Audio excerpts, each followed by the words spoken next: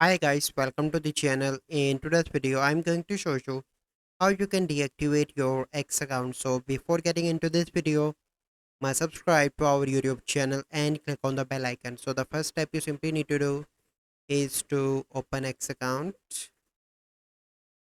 So once you open that, you simply need to click on your profile picture on the top left. And here you need to scroll down and click on settings and support and click on settings and privacy. Once you are on that screen, click on your account and in the bottom you can see deactivate account. Click on that. So here you can see that you can restore your account if it was accidentally or wrongfully deactivated for up to 30 days. So click on deactivate. So after that you here you need to enter the password and click on deactivate. So after that your account will be deactivated. So this is the process. I hope you find this video helpful. If you find this video helpful, must like this video, subscribe to our YouTube channel for future videos. We'll see you in the next video. Thank you. Have a good day.